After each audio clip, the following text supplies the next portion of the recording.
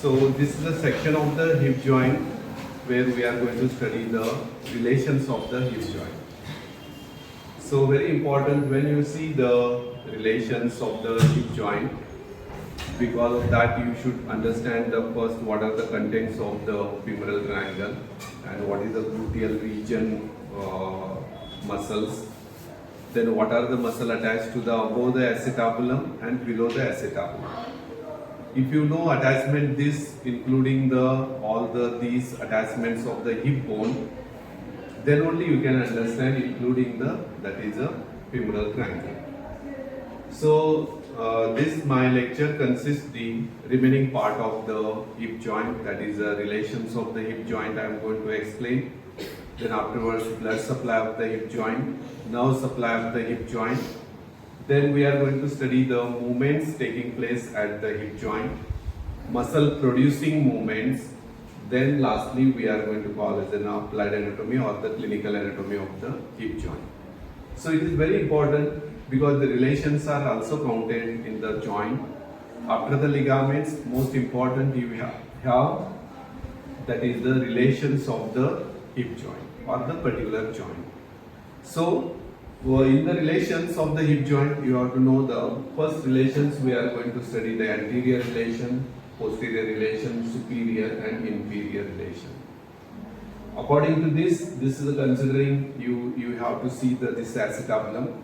Then you imagine what are the attachments to the hip bone. Above we are going to get acetabulum, below the acetabulum and pubis and ischium. So if you understand this, then only you can apply this is for the relation. So it is very important to know that what are the contents, floor making structure of the femoral triangle, all they make the anterior relations of the hip joint. Posteriorly gluteal region and back of thigh muscles, almost all those relating to the posterior relations. Then superiorly we have the above the acetabulum attachments, those will relate to relations of the superior relations of the hip joint. Inferiorly we have the below the acetabulum, what are the attachment above the obturator foramen, those you should understand and relate to the inferior.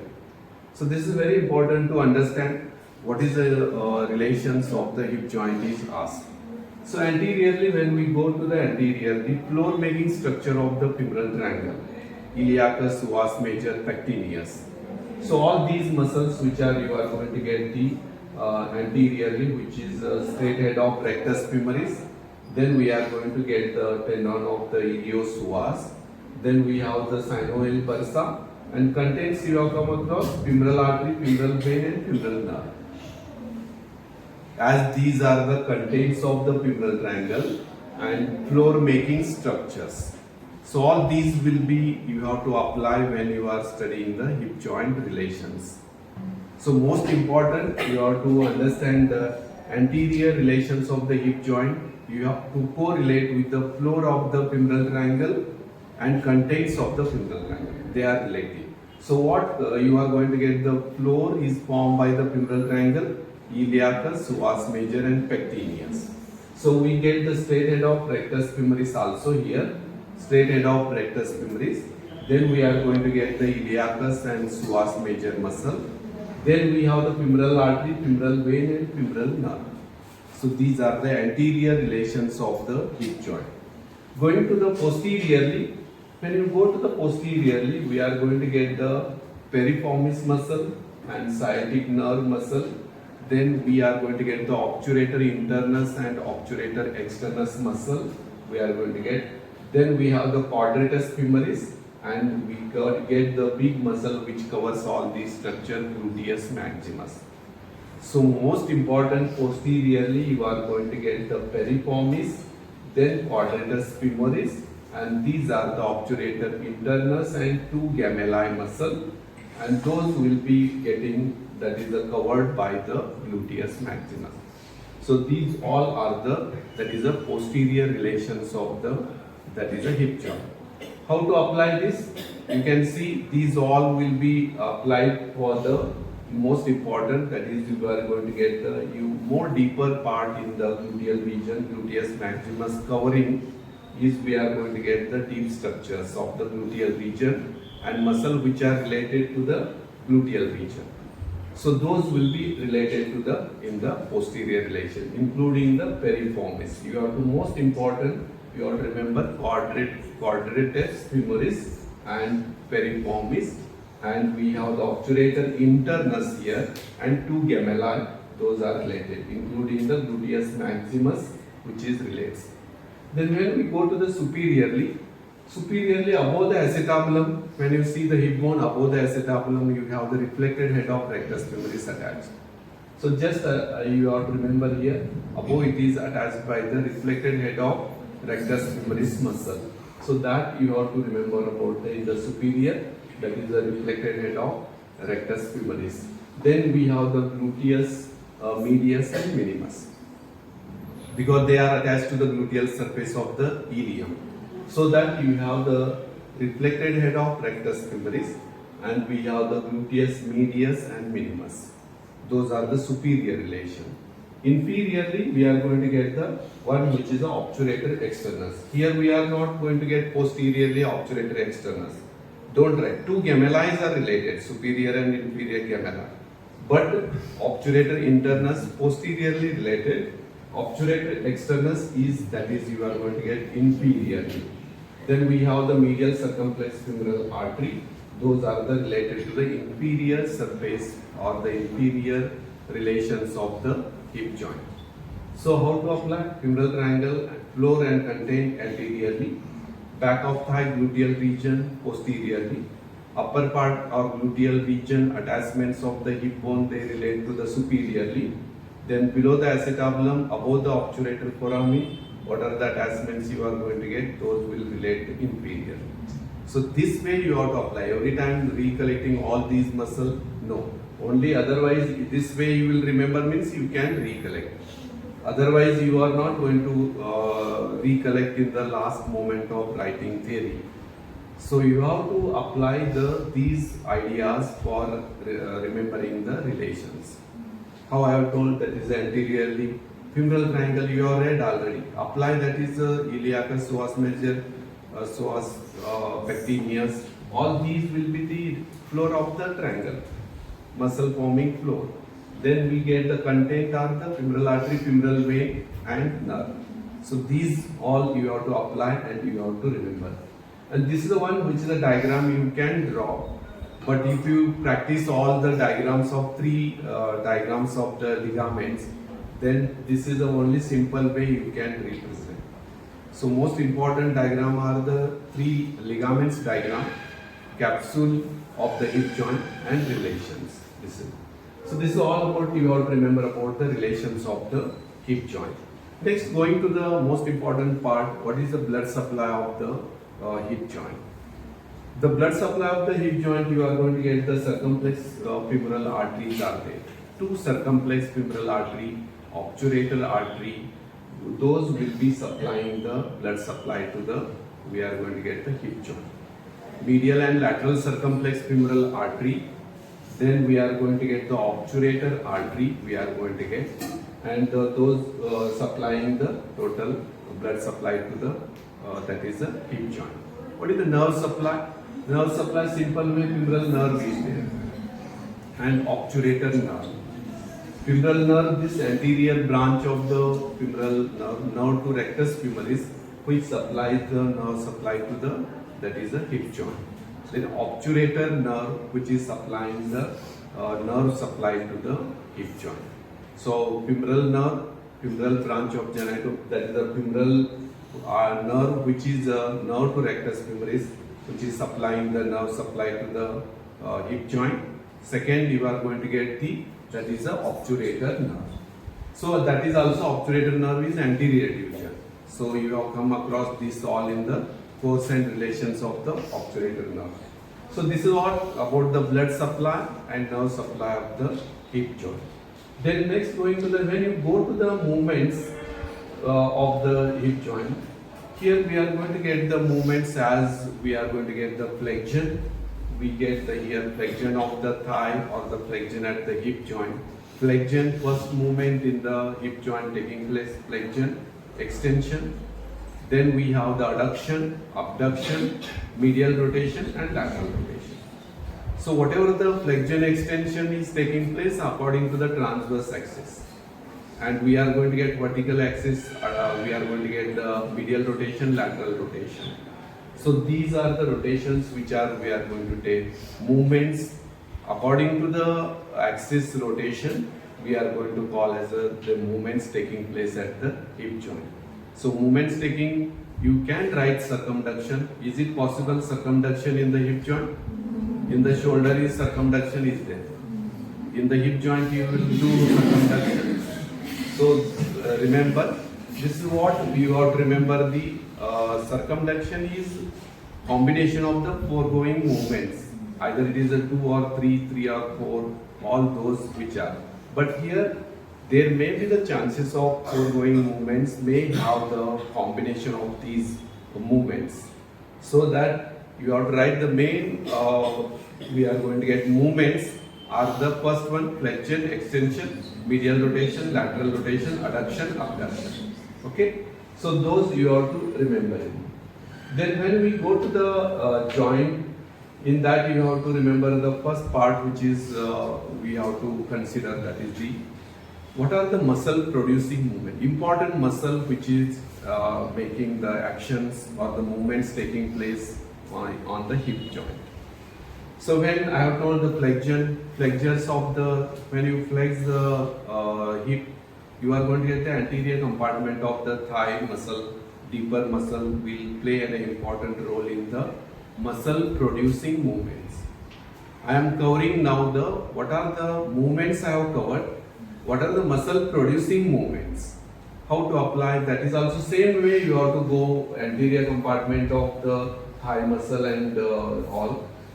Here we have the anteriorly we have the iliacus and pectineus muscle, iliacus and pectineus muscle making the flexion or flexion at the hip joint.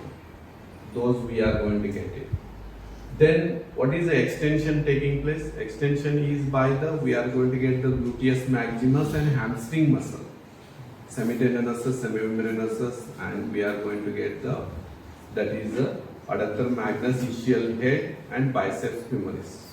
So all they are making the extension. So it is very important to understand what is the muscles which are producing the movement at the hip joint. So first one you have to remember, anteriorly related muscle, they making the flexion. So iliacus, psoas major and pectineus, they are making the flexion at the hip joint. Then posteriorly we have the gluteus maximus and hamstring muscle making the extension. Then we are going to get the next one, adduction.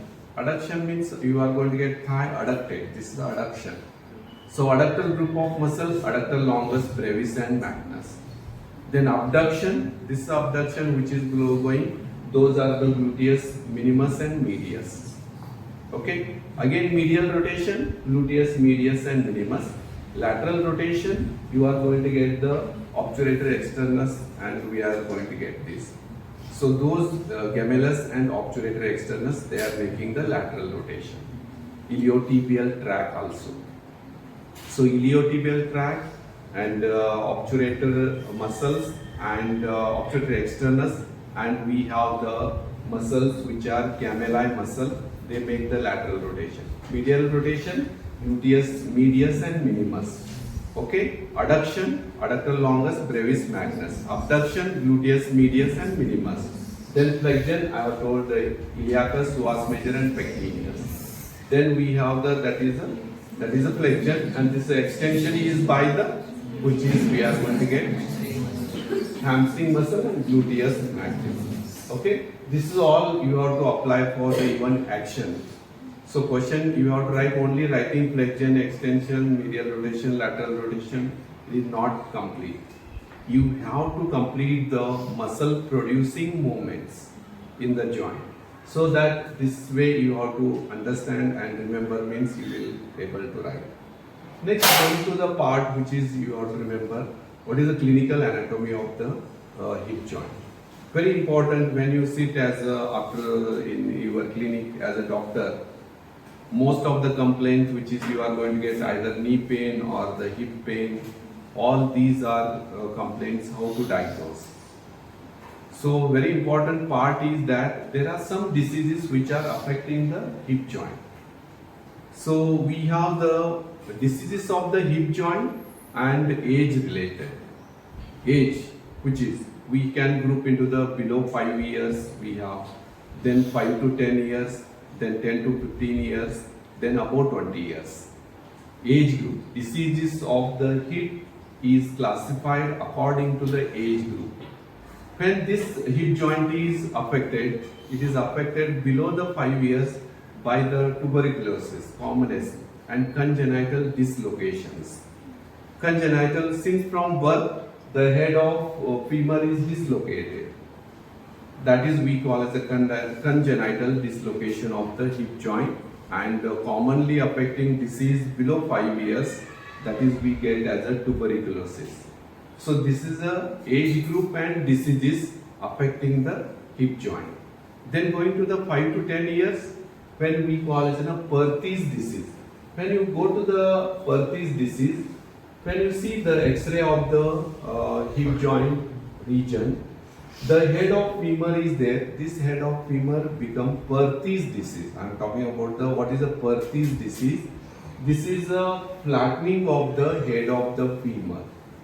The destruction of the head of femur is seen and joint space is increased in the articulation of the acetabulum and head of the femur.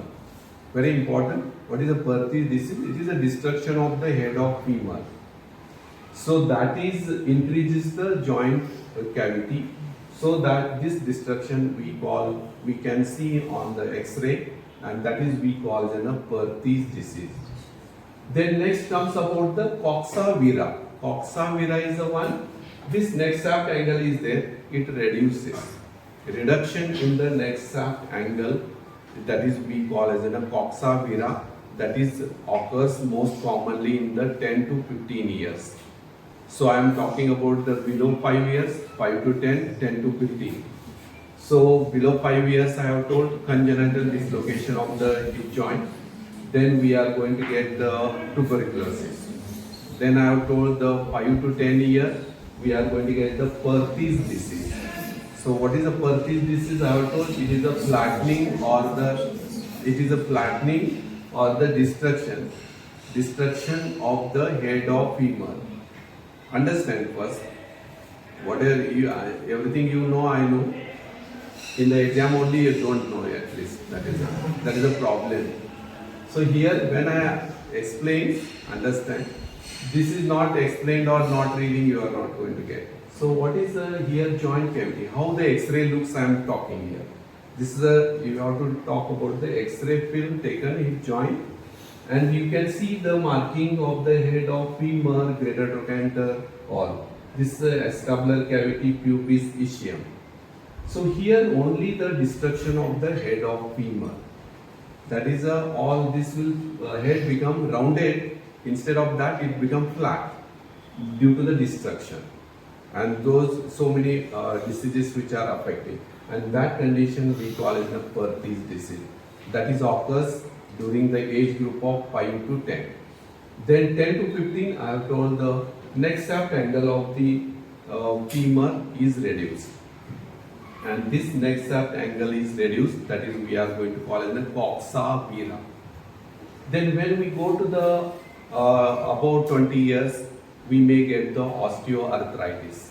Osteoarthritis is the commonest one which is affect almost all the joint and even hip joint. What happens? Articular surfaces, we are going to get the development of the osteophytes, which causing the painful movements, restricted movements. And that is osteophytes due to the osteophytes formation in the articular space. Then we are going to get there is a very severe pain in the movements of the joint. So that is the age related also, and above 60 years also we are going to get as a suffering from the osteoarthritis. So I have told the diseases here: congenital dislocation, tuberculosis. What is the Perthes disease? What is the coxa? Then I have talking about the osteoarthritis. Any joint which is you come, that is the osteoarthritis, you have to remember. So this is the age-related diseases and its age relations, which is diseases of the hip joint and age group. That is we have studied. Then next comes about the injuries of the hip joint. Second part comes about the injuries of the hip joint. So you have to remember first what is the dislocation and displacement. So first one, dislocation, part of the joint is moved from its normal. Part of the joint, not whole joint. If the whole joint structure is moved from its normal, that is a displacement. So understand what is the displacement and dislocation. So dislocation and displacement are different. So displacement is a part of the joint structure is moved from its normal. Then what is the dislocation? Almost all the structure of the hip joint or the joint part structure is found other than the normal place. Means it is structure totally is moved. That is we call it the displacement. Okay. So this is a very important thing which is you have to understand the dislocation and displacement. So we are going to get in the injuries of the hip joint. We are going to get commonly injuries which is we are going to get in the children's. We are going to get that injury causing the green stick fracture. We are going to get the green stick fracture means what? Bones are not fractured, they are bent. That is we call as a green stick fracture. Because of the deficiency of calcium and all in children, the bones are not brittle, they are not easily break. Because of that, they are bent. So that we call it a green stick fracture. Second one, in the adulthood, you are going to get the maximum, which is the dislocations.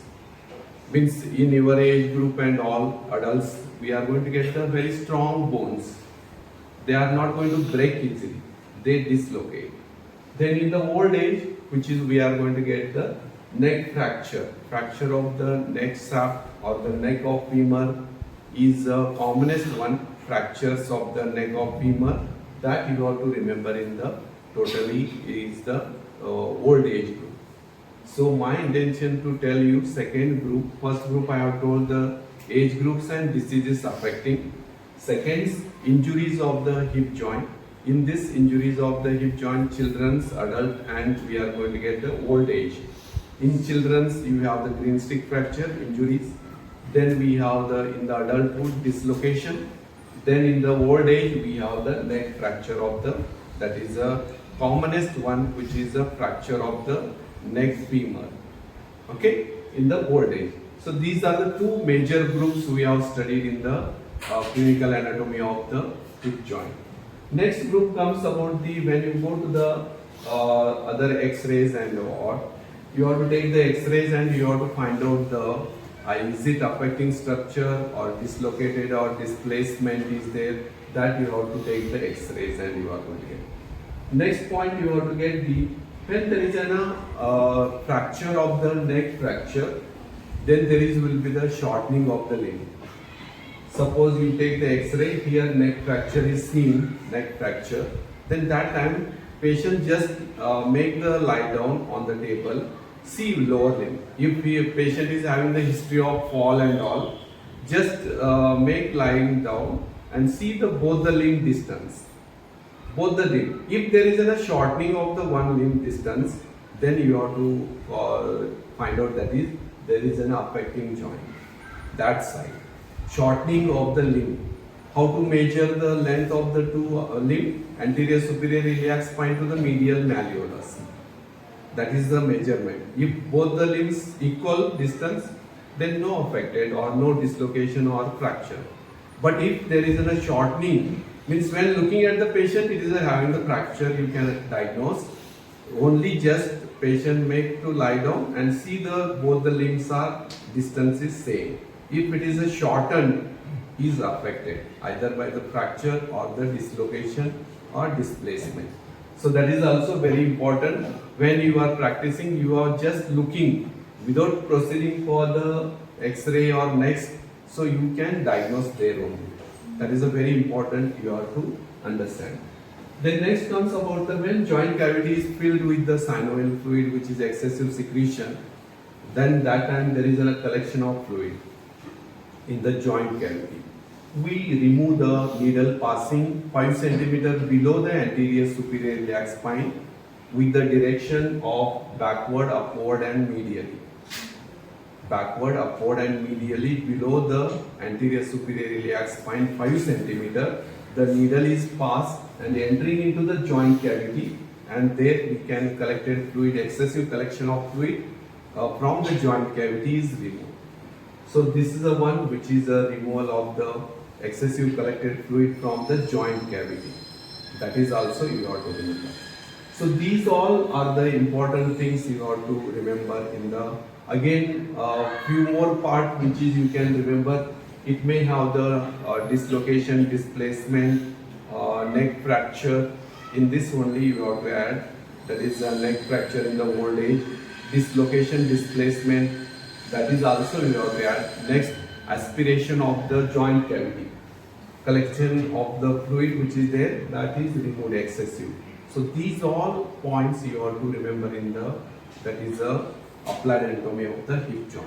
So most important, what is the Perthes disease, what is the coxa vira, what is the dislocation, means what is the displacement, these understanding, and most common you have to remember at the old age when patient tells the history like that is went for the bathroom and slipped and fall, due to that there is a fracture. So most common weaker part in the old age is neck fracture. So very important, at the age risk increases after the 60-65 years. Then there is a history of fall in the old age. Commonest fracture we are going to get the neck femur fracture. So that is a very important. How to diagnose? X-ray is there and shortening of the limb is there, means you have to see this is a fracture and we have to proceed for the further procedures. X-ray you can take. Next, what is surgical intervention required, that you have to refer the patient for the orthopedician. So these are the most important points you have to know about the applied anatomy of the hip joint. So this is all points which we have to remember. First one, I have told the relations that you have to remember. One more important is when there is a head of femur is supplied by the, that is a round ligament and ligamentum teres, or the, we are going to get the ligament of head of femur. This is the one acetabular branch which is going and supplying to the head of femur, and that is important. Anything which is this blood supply is lost means there is a, we are going to get the necrosis and all procedures we are going to get. So this part is also important in the blood supply. So these are the things which is I have told and covered. And the relation diagram you have to remember, anterior, superior and all this, anterior, posterior, superior and inferior relations of the joint I have told. Then next you have to remember what is the blood supply and what is the nerve supply we have studied. Then what are the movements taking place in the hip joint, muscle producing hip joint, that is actions by the muscle, and movements taking place at the hip joint, that we call as a muscle producing movements. Then lastly you have to remember what are the important clinical points you have to remember in the, that is the clinical anatomy. So this is all about the first part I have covered in the last lecture, that is the introduction to the ligaments. Then this is the second lecture which is a continued relation to the applied anatomy. So this is very important, you have to remember, clinically important, so that this is a, you have to write it. So under all these 12 heads you have to discuss the hip joint, and so that diagrams also I have told, ligaments diagram, relations diagram are important, even fibrous capsule diagram in this hip joint. So that you will make, means you are going to cover. And relations, how to apply to the anterior femoral triangle, gluteal region and all, you have to apply and write and recollect in this way. Otherwise, in the exam, you are not going to recollect, because these all muscles, all joints, muscles relations. You have to do all big joints like shoulder, elbow, and wrist, hip joint, knee joint, ankle joint. So all these relations remembering is very tough task, but you have to just apply and remember, means you will be going to understand and you can able to write it. So this is all about the hip joint, and here we are completed the hip joint. Okay.